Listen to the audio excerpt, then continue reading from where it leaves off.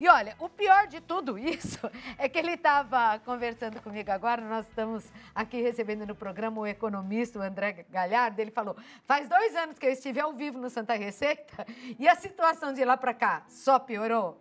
Eu tô rindo para não chorar, viu, André? Sim, boa exatamente. tarde, porque a situação tá cada vez mais difícil. Boa tarde, Claudete. Boa tarde a todos de casa. A situação está difícil.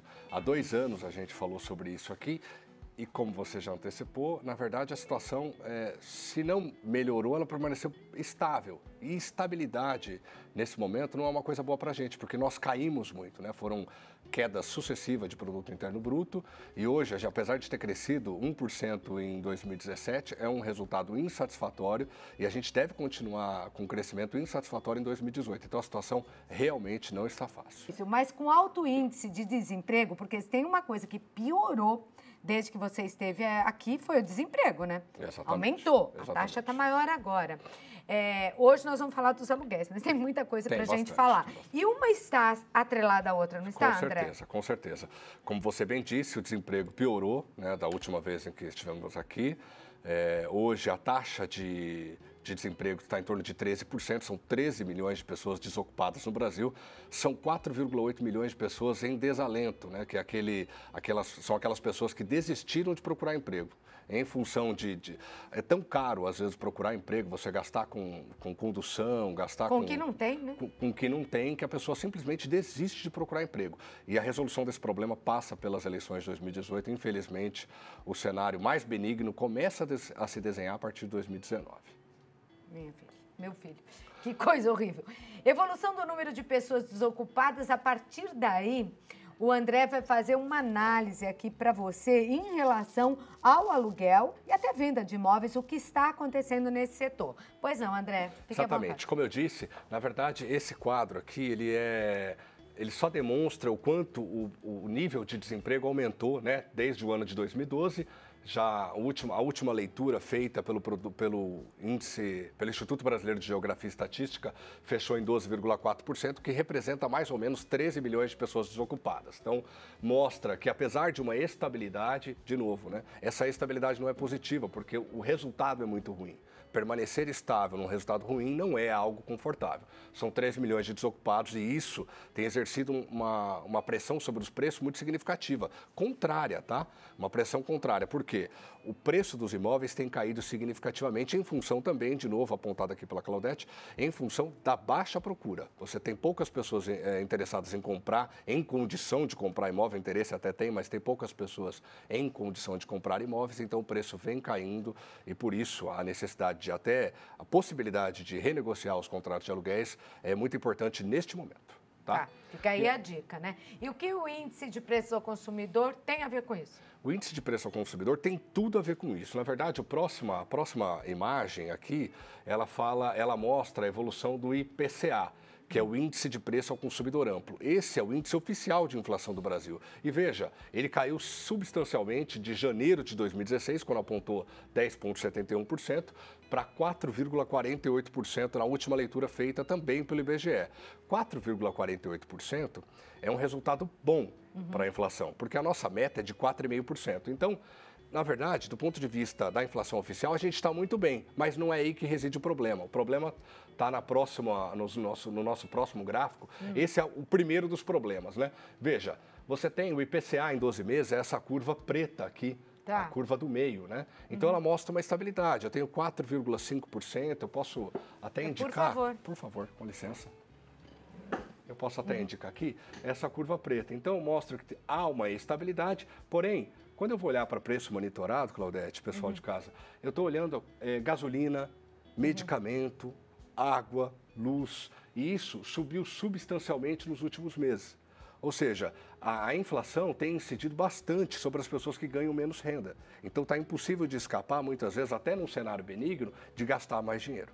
Tá? Porque aí, não estamos falando daquele que tem veículo e está pagando mais caro o seu combustível, mas aquele que precisa dos serviços básicos, né? Isso, numa exatamente. residência Exatamente. E que também, apesar de ganhar muito menos, está sofrendo com isso. Exatamente. Então, além da gasolina, medicamentos, como eu disse, planos de Nossa, saúde. medicamento, plano de saúde aumentou muito. Plano de saúde, né? Gás. Gás de uma cozinha, coisa absurda. exatamente. Aí taxas de Água, esgoto, exatamente, tá? E aí, prosseguindo aqui, no próximo slide a gente tem um aumento da dimensão desse problema, existem outros índices de preço, tá? Entre eles, o Índice Geral de Preços, que é medido pela Fundação Getúlio Vargas. O que quer dizer esse Índice Geral de Preços? É uma outra leitura, uma outra cesta de produtos. E ao invés de ser feita pelo IBGE, ela é feita pela Fundação Getúlio Vargas, que é competentíssima nesse trabalho de verificação de preços, tá? E isso casa com o nosso assunto, na medida em que o Índice Geral de Preços Mercado, que é o famoso IGPM, é ele que serve como indexador dos contratos de aluguel. E de muitos outros contratos. De muitos outros contratos, tá? Então, ele é o balizador, né, de quanto deve variar para mais ou para menos os contratos de aluguéis. Então se o ano passado ele foi negativo e aí o proprietário, vê se está certo o que eu vou dizer, o proprietário não conseguiu colocar o aumento que ele até acha que deveria ter colocado, porque tudo aumentou para ele, né, proprietário, ele não pôde colocar o aumento. Esse ano, ao contrário. Ao contrário, né? Como você disse corretamente... Pelo menos até aqui, né? Exatamente. Ó, como você disse corretamente, Claudete, ó, IGPM 12 meses é essa curvinha azul que eu estou apontando aqui. Aqui, ó, ele está abaixo de 0%. Ó. Fechou dezembro, abaixo dessa linha aqui que representa 0%. Então, ele fechou negativo no ano passado. Mas veja o comportamento dele a partir, principalmente, do mês de março. Está subindo significativamente. O que vai acontecer com os aluguéis, então? Vai começar a subir, vai voltar a subir. Vai permitir que os locadores aumentem os seus preços, né? Então, está lá no contrato, olha... Quando a gente for renegociar, Vamos seguir o IGPM. IGPM. Então, deu 8%. Se você paga R$1.000 de aluguel, por exemplo, ele vai te ajustar em R$80. O seu aluguel, simples assim, tá? É o que está no contrato. No ano passado, quem conseguiu fechar a negociação nesse momento acabou se dando bem, porém, agora isso deve subir. Mas veja, 60% desse índice azul, que é o IGPM que a gente falou, é feito do índice de preço ao atacado. 60% desse preço é preço ao atacado. E isso é muito importante, porque subiu mais, inclusive, do que o preço agregado, ó, veja, né? Ele subiu bastante. Sabe o que é isso? Dólar. Né?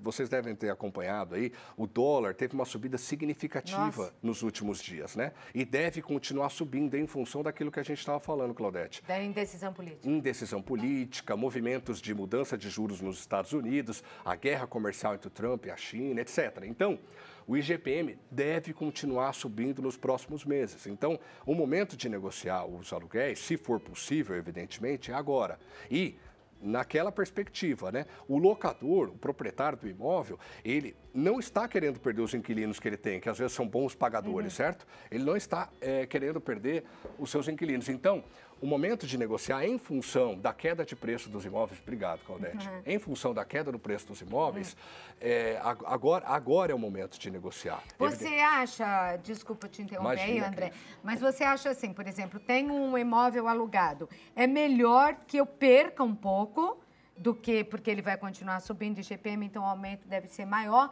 porque pode não significar muito, né? Quando ele fala, se você paga R$1.000, você vai pagar 1.080. Mas para quem já tem tudo subindo ao seu redor, faz uma grande diferença. E deve ser maior ainda até o final do ano, ainda estamos no final de agosto. É melhor tentar manter esse inquilino no imóvel? Com certeza, né? Existe um negócio que a gente chama de risco moral, né? Se você trocar de inquilino, por mais boa vontade que o novo inquilino tem, ele pode perder o emprego, ele pode não ser uma pessoa da sua confiança e você pode encontrar problemas não só financeiros, né, de degradação do imóvel, enfim. Então, é importante agora para o locador, para ele sabe que é muito importante manter aquele inquilino que é bom pagador, que apesar de todas as dificuldades e às vezes de apresentar a necessidade de uma renegociação de contrato, é importante manter ele ali, por perto. Agora, é interessante, o André explica direitinho, porque economia não é uma coisa fácil de se entender, né? Quando você atrela preço de tomate ao aluguel ou da briga lá do presidente dos Estados Unidos com a China, o que a gente tem que ver com isso, né? Dois doidos. E aí vem, mas recai sobre nós, com certeza. Né? Aí é sobre o dólar e aí tudo aumenta e você não consegue entender, então eu volto para mais explicações né? Nesses gráficos que você fez pra gente, viu, André? Muito bom conversar com você e alertar. Inquilinos, a gente falou do proprietário agora. E o inquilino, como age? Será que o bate-papo, a conversa, o diálogo ainda é e sempre é o melhor caminho? A gente já volta para isso também, André? Bom, então, André,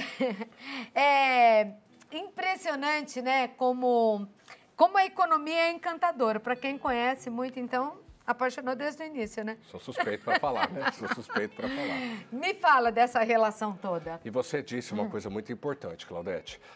Às vezes as condições, né, as situações, elas são realmente muito complicadas de se entender e às vezes até de forma proposital.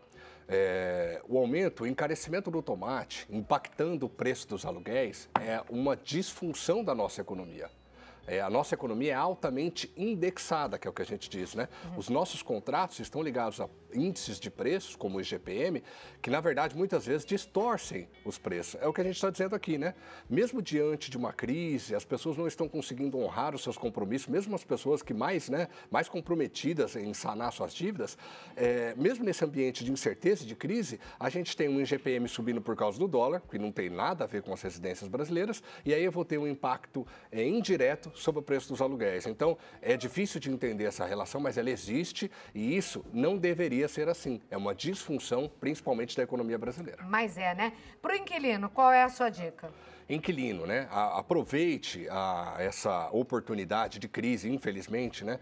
Para tentar renegociar o seu contrato. O locador, o dono, o proprietário do imóvel, ele precisa de segurança jurídica. É importante que o contrato seja mantido, né? Seja honrado. Quando você assinou ali o seu contrato, é importante que ele seja honrado. Agora, se você tiver a condição de negociar com o proprietário ou com a imobiliária, isso seria muito importante. Eu quero que você volta, vai, para a gente falar sobre outra coisa que está incomodando muito a população brasileira.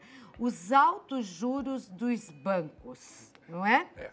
É muito dinheiro em mora, em juros. Será que isso tudo está correto? Dá para fazer alguma coisa quando você é devedora de algum banco? O que você pode fazer para conseguir ficar com seu nome limpo e sanar as suas dúvidas? Que as empresas também estão pensando duas vezes, não é? Sim, é melhor negociar, receber menos e receber do que... Exatamente. Não receber nada. O ambiente financeiro no Brasil é caótico, ele é predatório, principalmente com as pessoas que ganham menos dinheiro. Então, esse é realmente um assunto que daria para a gente conversar horas e horas aqui. E, de novo, né? Às vezes as pessoas acham que a culpa é nossa, etc. Não é certo, 400 e pouco, 500% ao ano nos juros de crédito rotativo do cartão de crédito. É uma anomalia da economia brasileira e certamente também tem impactado o bolso de quem menos ganha. Então volte, tá bom, André? Muito obrigada pela presença, um abraço. Eu vou deixar aqui os contatos do André Galhardo, que é economista lá de São Paulo. O telefone é 11, o código de área 95911-6970. Tá no vídeo, né, Felipe, nosso diretor? 11-95911-6970. E antes, consultar alguém que entenda do que... não é? Ser enganado.